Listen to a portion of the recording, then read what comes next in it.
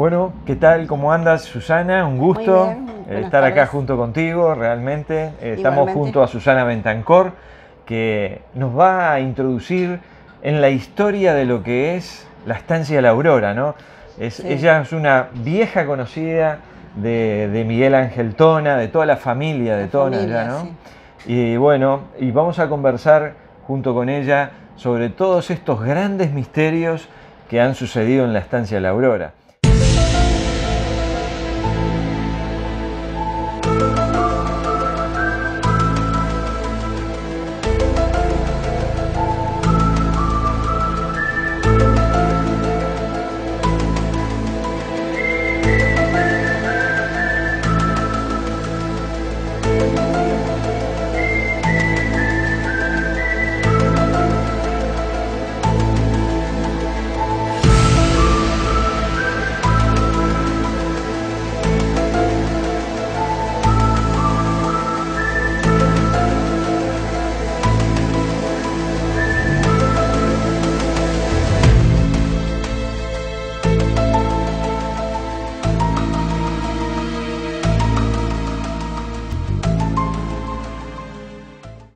A mí personalmente me ha tocado vivir también hace muchos años este tipo de experiencia. Vamos a ir compartiendo junto con todos ustedes también una serie de fotos de todos esos acontecimientos que sucedieron hace muchos años, desde el año 77 que fue... 79 fuimos la primera vez. La primera vez ustedes, el 79.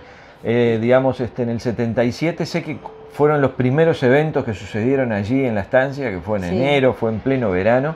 Recuerdo bien por las investigaciones que habían hecho y digamos, todos los anuncios que sacó la prensa en su momento, el furor aquel, ¿no? Sí. Pero bueno, ahora nos vas a ir contando desde la intimidad de todo aquello, ¿verdad? Bueno. Susana. Bueno, aquí estamos junto con Susana y nos está contando, nos empezarás a contar, mejor dicho. Sí, cómo no. A ver, desde el inicio, ¿no? Desde que empezaste a ir por lo de Tona. Y conociste la estancia por primera vez. Las visitas a la estancia La Aurora. Bueno, nuestro caminar en el camino de la búsqueda, yo pienso que uno ya lo trae de otras vidas, no es de estas vidas solamente que uno busca. Somos eternos buscadores, ¿no? Exactamente. Entonces, vimos un programa en Canal 7 argentino de Fabio Serpa que mostraba fotografía de naves y una visita que él hizo a La Aurora, y eso fue lo que nos motivó a decir vamos. Mi esposo trabajaba en la Fuerza Aérea, entonces teníamos los pasajes de avión gratuitos y nosotros teníamos 2 hijas y nos íbamos los 4. Mi esposo trabajaba horas, acumulaba para días de licencia, entonces siempre nos daban 20 días, 25 días de licencia. Entonces 2 veces al año nos íbamos para la estancia. ¿Cómo se llamaba tu esposo? ¿O se llama? Peter Guichón. Peter Guichón. Américo Eugenio Guichón se llamaba, pero el sobrenombre era Peter o Peter. Era como lo conocían. Claro, sí. Bueno, y decidimos irnos y nos fuimos con 11 bolsos y 2 niñas pequeñas a buscar. Yo creo que más que la búsqueda de ver naves, siempre fue más la búsqueda de un reencuentro con personas, con gente, porque no era que necesitáramos tanto ver naves extraterrestres, sino que era más bien un conocer personas que le interesara el mismo tema que a nosotros. Porque en realidad en ese año, en el 79 que empezamos a ir, no teníamos ningún grupo de amigos ni de nadie. Todos los que hablábamos de nave o que hablábamos de temas espirituales, siempre tan locos, tan rayados, no les hagan caso. Y nosotros lo sentíamos muy verídico, muy real, adentro, claro. Muy real de adentro nuestro. Entonces, bueno, nos fuimos con ella, con los 11 bolsos, a la estancia La Aurora. Nos bajamos en el aeropuerto de Salto y buscamos Paysandú, porque Serpa había dicho que estaba en Paysandú. Claro, porque está en el límite, justo. Está en el límite. Exactamente, sí. Pero pensábamos ir hasta Salto en el avión y después tomarnos un ómnibus para irnos a Paysandú, que no sabíamos dónde estaba la estancia La Aurora. Y aquí que cuando subimos al ómnibus del aeropuerto para la ciudad de Salto, nos dice la guarda, era una señora que sacaba boletos. Y dice, ¿a dónde van con tantos bolsos? No sé qué. Ahí estamos en busca de la estancia La Aurora. Ah, dice, pero yo les digo cómo llegar, no sé qué. Dijimos, el cielo, siempre confiamos, ¿viste? Porque salíamos así con una fe de que todo iba a salir bien, de que iba a estar bien, porque teníamos 2 nenas chicas. Entonces siempre con aquello de la protección, ¿no?, de nuestros hijos, y íbamos sin auto, sin nada. O sea, yo llevaba una garrafita para cocinar, una ollita. Era una aventura. Era una ¿verdad? aventura. Claro. Entonces nos indicó cómo llegar y bueno, ahí llegamos a la estancia de La Aurora. Conocimos a Tona, a Elena, su esposa, y a sus hijos. ¿Eso fue en qué año? 79. Año 79. Sí. Sí, a solo escasos 2 años de los acontecimientos, cuando sucedieron los mayores acontecimientos, vamos a decir, que dieron punto de partida a toda la historia de lo que es la estancia de La Aurora. Sí. Entonces, y bueno, ahí llegamos ahí y bueno, nos permitieron acampar en el famoso monte que toda la gente, de eucalipto, que toda la gente acampaba. Y allí, bueno, armamos una carpita de tela de avión, naranja. Y bueno, nuestra primera experiencia en armar la carpa, nuestra primera experiencia de pasar una noche con una linterna, porque habíamos llevado unas velas, pero nos daba miedo por las nenas prender una vela dentro de la carpa de repente, porque ellas eran chiquitas y la tocaban, la pateaban, lo que fuera, y hacíamos, se incendiaba todo. Y cuéntame, Susana, ¿y Tona los recibió? Sí, bien. ¿Les sirvió también como guía ahí dentro de la estancia o les explicó algo? Él nos explicó todo, nos mostró un álbum que tenía de fotos desde que había empezado a acontecer todo allí, nos contó cómo él había tenido su primera experiencia con nuestros seres, cómo él había quemado el brazo y todo eso, la energía que irradiaba allí, la explosión que había sucedido. Nos comentó de las marcas que había en diferentes lugares para que fuéramos a verlas. En aquella época todo era muy accesible en la estancia de La Aurora. Era muy, o sea, gente de afuera, gente sana, gente que quiere que uno pase bien, que nosotros les damos leche para las chiquilinas, que no pasen mal, que no sé qué, venga todos los días con una jarrita y se llevan la leche.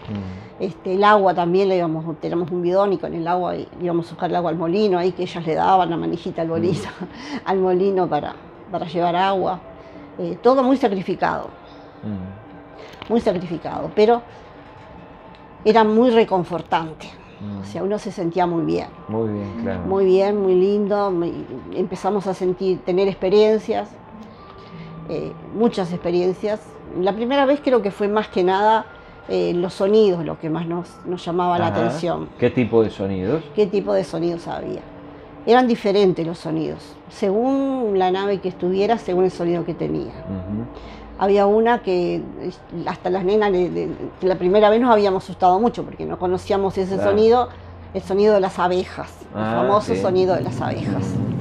Que ellas nos las corría a las 2, las metí dentro de la carpa, cerré la carpa y dije, bueno, acá no, yo me quedé en la puerta y que bueno, acá, aquel mirando, mi esposo mirando a ver de dónde venían, porque no sabemos de dónde venían. Pero no se veía. No se veía porque estaba arriba nuestro, en la punta del monte. Las famosas caneplas o farolitos, como le dicen. Sí, esa tuvimos después, como la segunda, la tercera vez que fuimos, tuvimos experiencia con las caneplas. Pero los sonidos, después estaba uno que era como una cortadora de pasto, un sonido que empezaba, como si fuera una máquina de cortar pasto. Ya los identificaban por el sonido. Ya después sentíamos el ruido de las abejas y ya está. Y ya me buscamos dónde estaba, ¿viste? A ver dónde se encontraba, claro. No tanto ya iba a tenerle miedo. Claro.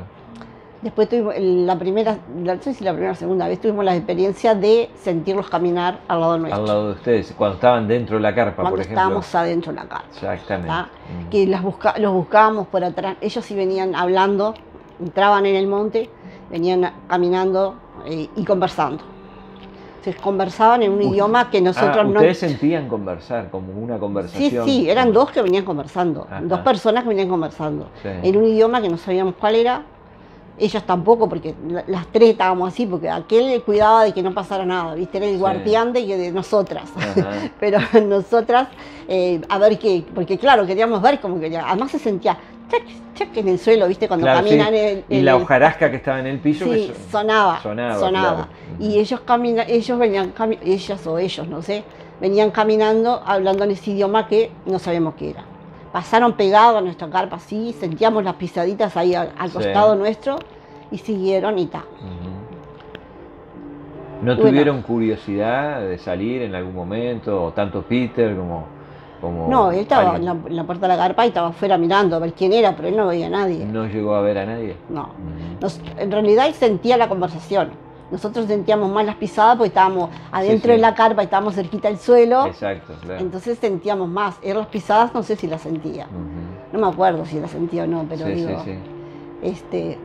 Y bueno, experiencia con las caneplas sí tuvimos. Un día que íbamos a la última marca, era un Viernes Santo, íbamos hacia la última marca de que estaba contra el arroyo, que era como una cruz que había. Era un grupo de personas que íbamos de noche, yo con ellas de arrastro, siempre pegaditas, mis 2 hijas. Claro, cuidándolas, por supuesto, me imagino. Y sí, porque uno no sabe. Claro. Yo siempre tenía miedo que apareciera una víbora, que apareciera esto, ¿viste? Uno como madre siempre estaba... Sí, no había miedo de que bajara una nave, sino más bien de un animal. Sí. No, claro. Si bajara una nave no pasaba nada. No pasaba nada, todo bien.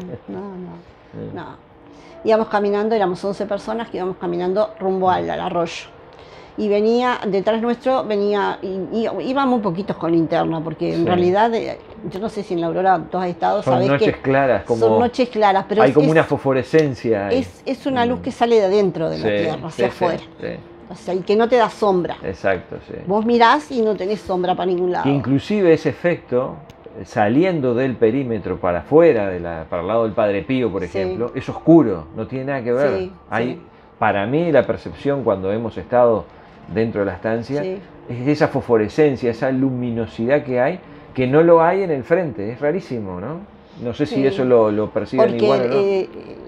Yo siempre decía que salía de abajo de la tierra, que no era... Y la energía es diferente, cerca del casco de la estancia, toda esa zona de ahí hacia donde está el río Daimán, es muy diferente la energía a la energía donde está la gruta del Padre Pío, eso lo pudimos verificar, ¿no? Bueno, íbamos con las 11 personas esas para rumbo al río y venía detrás nuestro, lejos nuestro, una linterna.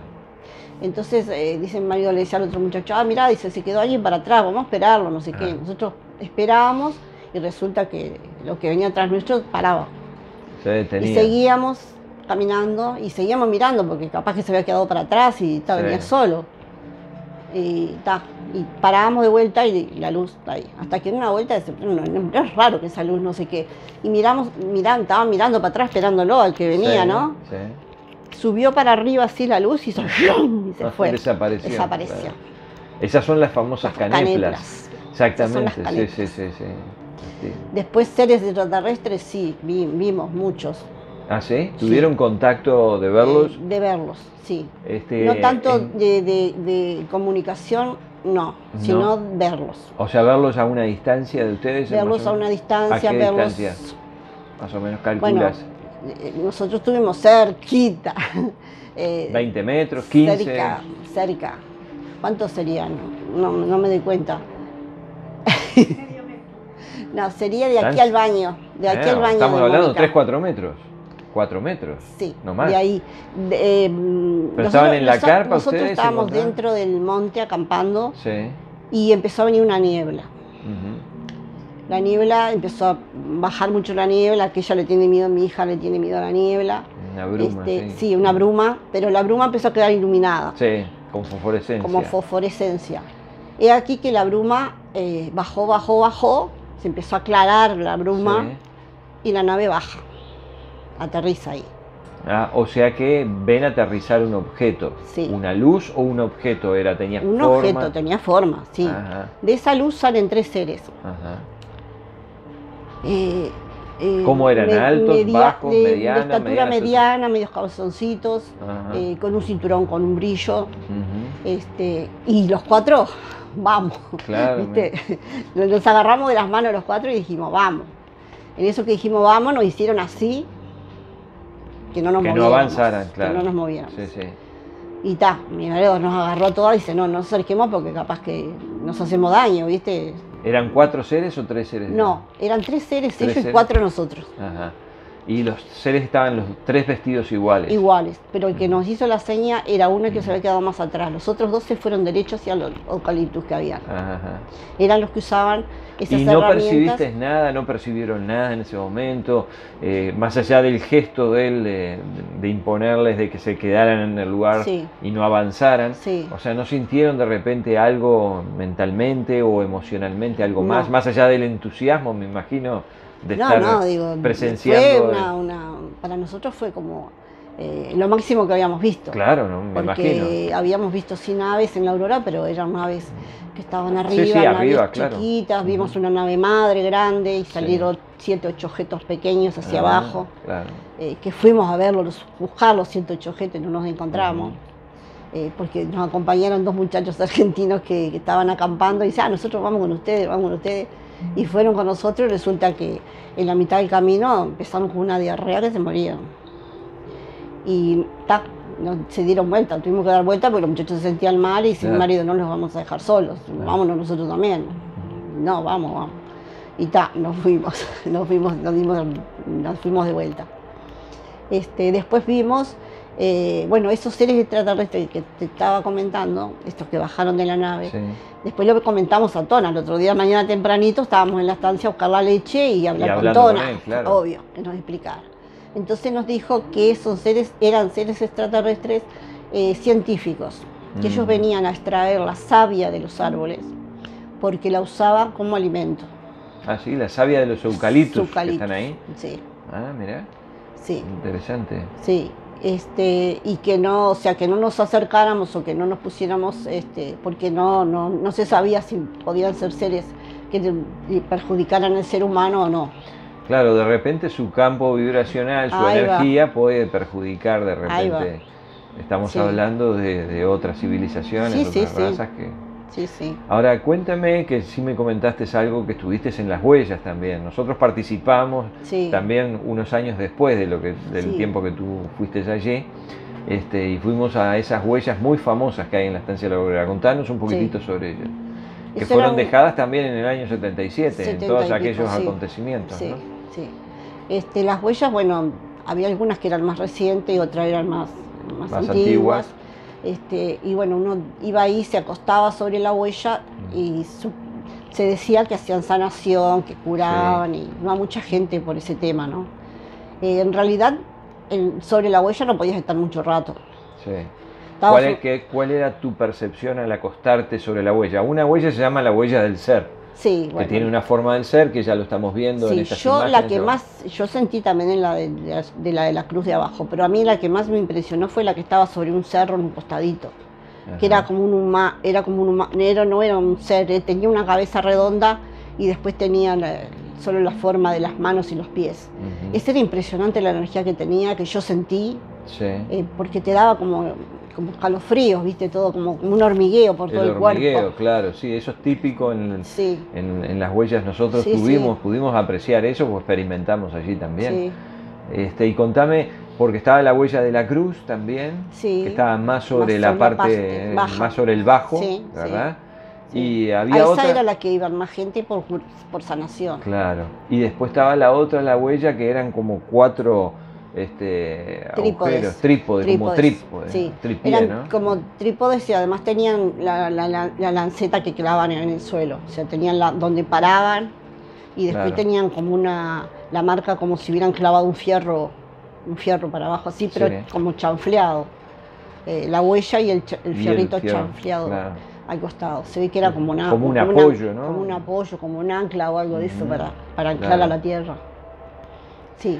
Bueno, y contame, ¿estuviste en el famoso Ombú? Sí, el famoso Ombú. La primera vez que salimos a recorrer y fuimos al Ombú. El Ombú tenía muchos animales muertos. Tona ya lo había rellenado, ¿no? Porque... Sí, eso es lo que te iba a contar. Ahí está, contame. Tona nos contó que le habían echado como 4 camiones de tierra y de pedregullo y de tierra y de cosas porque no se sabía qué había abajo, ¿no? pero era impresionante la energía que tenía. Incluso mi hija más chiquita quería meterse para adentro y yo no la dejé. Porque sí, digo, claro. andás a ver qué pasa ahí adentro. Andás a ver qué pasa ahí adentro, ¿viste?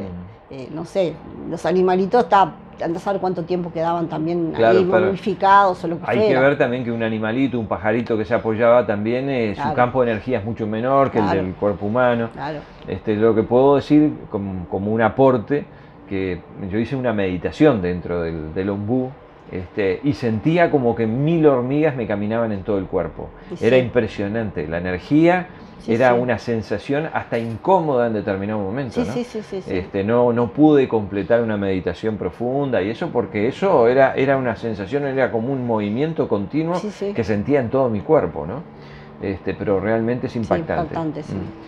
Y bueno, Tona fue, él cuando impacta ese rayo de luz que hace una explosión en el ombú, de acuerdo al relato, ¿no? que hay por ahí, lo que nos contaba.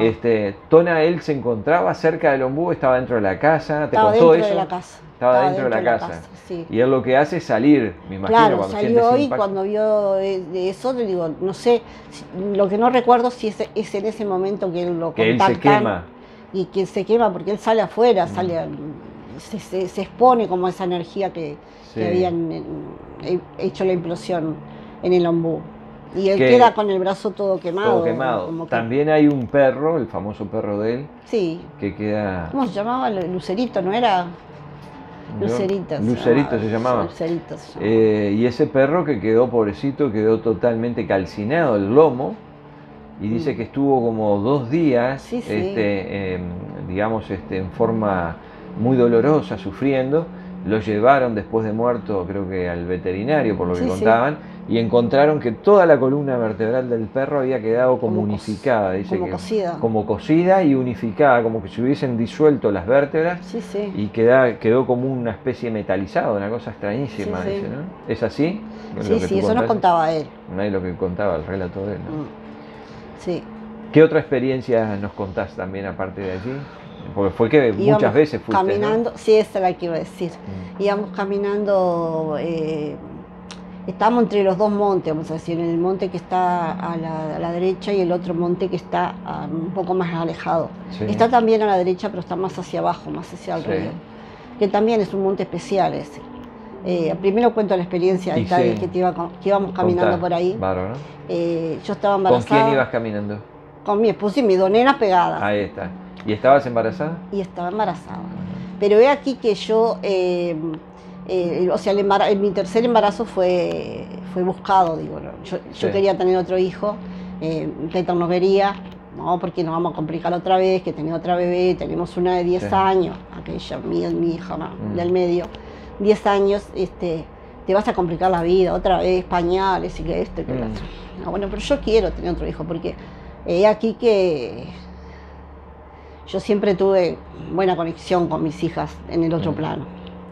Entonces, yo sabía ya desde que tenía 4 o 5 años que yo quería tener 5 hijos. 4 niñas y un varón. He aquí que tuve 3, o sea, tenía 2. Y ya estaba complicada porque tenía 35 años.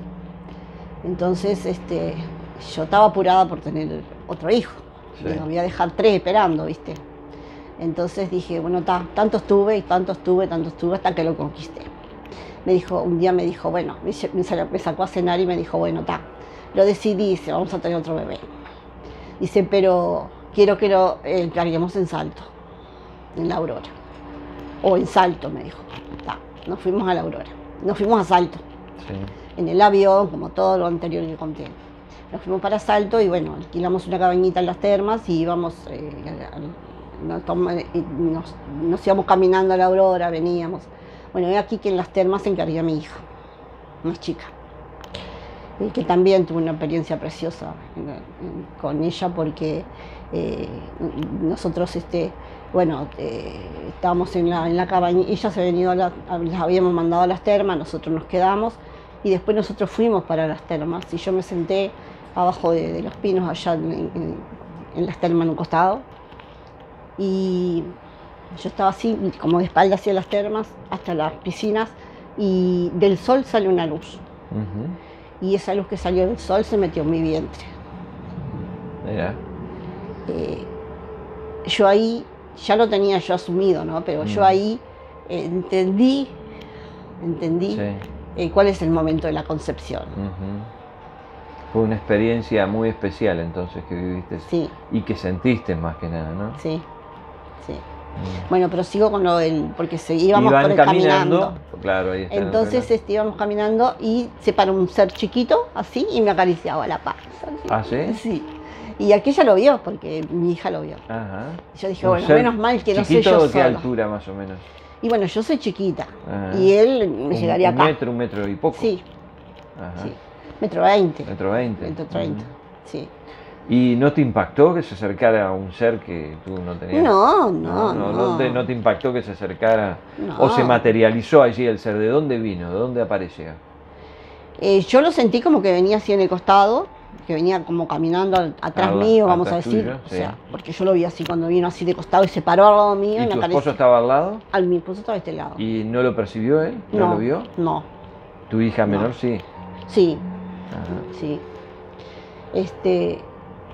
También fue una experiencia linda porque lo que sentí también fue lindo. Sí, digo, claro. Sí, como que traspasó buena energía en ese momento. Claro, como que fue algo que como que, no sé, pero sentí como que... Y después que te hizo ese acercamiento que te tocó y todo, ¿qué hizo el ser? ¿Desapareció? ¿Volvió? Sí, simplemente vino a hacer ese acto y simplemente desapareció. ¿Y ustedes continuaron caminando por el sendero hacia el lado del río? Hacia el lado del Pedregal. Ah, hacia el lado del Pedregal. Sí. Que viene a ser la parte de atrás de la estancia. Fuimos a sentar de noche en el Pedregal. Llevamos una manta y nos sentamos en el Pedregal. Sí. O sea, la manta en realidad, nos sentamos en el Pedregal, pero la manta era para taparnos. Sí. ¿Era noche fría o era...? Estaba fresca, sí. Estaba fresca. Sí, estaba fresquita. Pero no un frío terrible. Fresca como... Sí, el clima es un microclima igual ahí, muy agradable. Y ahí, bueno, nos tapábamos con la manta los cuatro y nos quedamos ahí. Y entonces había caballos que andaban ahí, venían a oler el montón, ¿viste? A ver qué era ese montón que había, ¿viste? Sí. Sentíamos al lado de nosotros y yo les decía, quédense inquietitas. Yo digo, mis hijas habrán pensado toda la vida, unos padres re locos. Unos padres re locos tienen, pero bueno. Bueno, en aquella época se hablaba mucho de ese tipo de locura, pero hoy en día ya es más normal. Sí. Hoy en día las experiencias ya son cotidianas. Sí. Había una experiencia que tú me comentaste fuera de cámara, que iban caminando hacia un bosquecito que está por detrás, yendo para el río. Sí. Que tuvo una experiencia tu esposo puntualmente. Sí, era un monte en el cual nos llamaba mucho la atención porque, o sea, en ese monte no se acampaba nadie. O sea, no se le permitía. ¿Te comentó algo de ese monte o eso? ¿Te llegó a comentar algo? No acampáramos ni que no nos quedáramos en el monte. Ajá. Pero uno siempre, la curiosidad, queríamos saber, queríamos ver. Y bueno, íbamos, había ovejas en el monte, se ponían a la sombrita. Y nosotros decíamos, qué raro. ¿Y ustedes era de día cuando fueron ahí al monte en ese momento? Siempre era de día. En ese momento que vivieron esa experiencia, ¿fue de día que fueron? Sí, que salimos con un dolor de cabeza terrible del monte. O sea, nos quedamos un ratito nomás y salimos. Sí. Después nos enteramos, después de que había pasado algunas cosas también, porque mi esposo salió con otro compañero a caminar una tarde, a las 3 de la tarde, y salieron los dos solos, porque él quería ir a ver no sé qué cosa, y fueron los dos solos y nosotras tres nos quedamos, y resulta que entraron en un portal dimensional, en el cual está la entrada del monte, como el monte mira como para hacia la estancia, vamos a decir, y en la parte de adelante del monte, hay un portal. ¿Y ellos pudieron acceder, entrar al portal? Ellos iban caminando y iban conversando y fueron transportados ahí adentro de ese portal. Está bien. Él nunca supo qué fue lo que le experiencia pasó? Que tuvo adentro de ahí, no supo. Supimos que habían pasado en el tiempo y todo por la barba, como les había crecido, porque no había una barba como la tuya, y él se afeitaba todos los días, y el reloj del otro compañero se le había parado, y había avanzado 3 horas. Mirá qué interesante. Y cuando salieron del portal, o sea, tampoco como que no se dieron cuenta, ¿verdad? No, no. ¿Se dieron cuenta de que había pasado algo por algún otro síntoma o algo que sintieron o algo de eso? No. ¿No recordás que te haya comentado después alguna experiencia o algo? No, él no recordó. O sea que lo único que se detectó físicamente es que aumentó la barba en un ratito, vamos a decir así, y que la otra persona se detuvo el reloj y habían pasado 3 horas. Sí. Interesante. ¿Han habido otras experiencias ahí en esa zona puntual ahí del portal? ¿O Tona te comentó algo? Después, ¿ustedes le hicieron comentario de esta experiencia? Nosotros le comentábamos de la experiencia a Tona y él fue el que nos dijo que ahí existía un portal. Y que ya había gente que había tenido experiencias ahí en el portal. Que habían pasado por el portal. Pero no sé si las otras personas que pasaron eran conscientes de que estaban pasando un portal. Yo pienso que habrá sido una experiencia en la cual recibieron una enseñanza para su momento. Sí. Muchas veces, a veces no tenemos explicación de ciertas experiencias que nos toca vivir, pero que de repente con el tiempo después, bueno, se encuentran respuestas a eso. Bueno, Susana, muchas gracias por haber compartido todas esas experiencias en la estancia La Aurora, que son muy importantes. Nosotros tenemos muchos y muy lindos recuerdos de esas épocas, desde el año 86, cuando por primera vez estuvimos allí, junto con parte de unos compañeros del Grupo Rama, y que, bueno, parte de lo que tú has vivido me traes esos recuerdos de esas mismas vivencias, ¿no? Entonces, bueno, te agradezco mucho, en serio, por favor, el haber compartido, y por supuesto estaremos en contacto, si Dios quiere, para de repente poder vivir una experiencia directa dentro de la estancia, que podamos ir, vos que tenés contacto con Tulio y demás, y lo podamos ir conjunto con Alejandro también, y podamos participar allí. Bárbaro, muchísimas gracias. Muchas gracias a ti. No, por favor. Bueno, queridos compañeros, los vemos en el próximo programa de Más allá de la síntesis. Gracias por estar.